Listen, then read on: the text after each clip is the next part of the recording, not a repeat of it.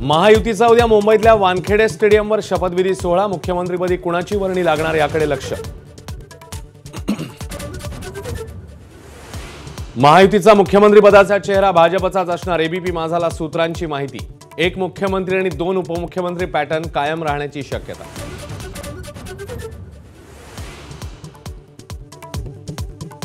पहिल्यांदाच महाराष्ट्राची विधानसभा विरोधी पक्षनेत्याविना असण्याची शक्यता। विरोधकांपैकी एकाही पक्षाला 28चा आकडा गाठता न आल्याने विरोधी पक्षनेतेपदाची शक्यता धुसर।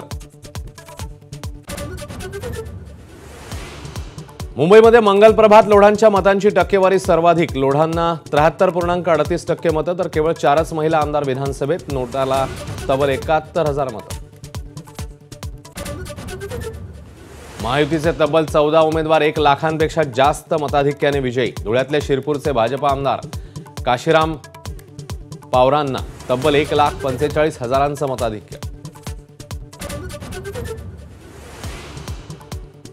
विधानसभा निवडणुकीत महायुतीचा अभूतपूर्व विजय। भाजपला आतापर्यंतचं मोठं यश। मवियाचा दारुण पराभव। 50चा आकडा गाठणंही मुश्किल।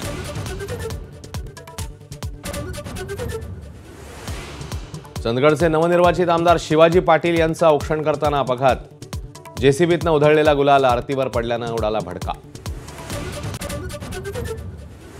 नागपूर ग्रामीणमधील सुनील केदार यांच्या वर्चस्वाला धक्का। ग्रामीणमधील 6 पैकी 5 मतदारसंघात मविया पराभूत। सुनील केदार यांच्या पत्नीचाही आशिष देशमुख यांच्याकडून पराभव।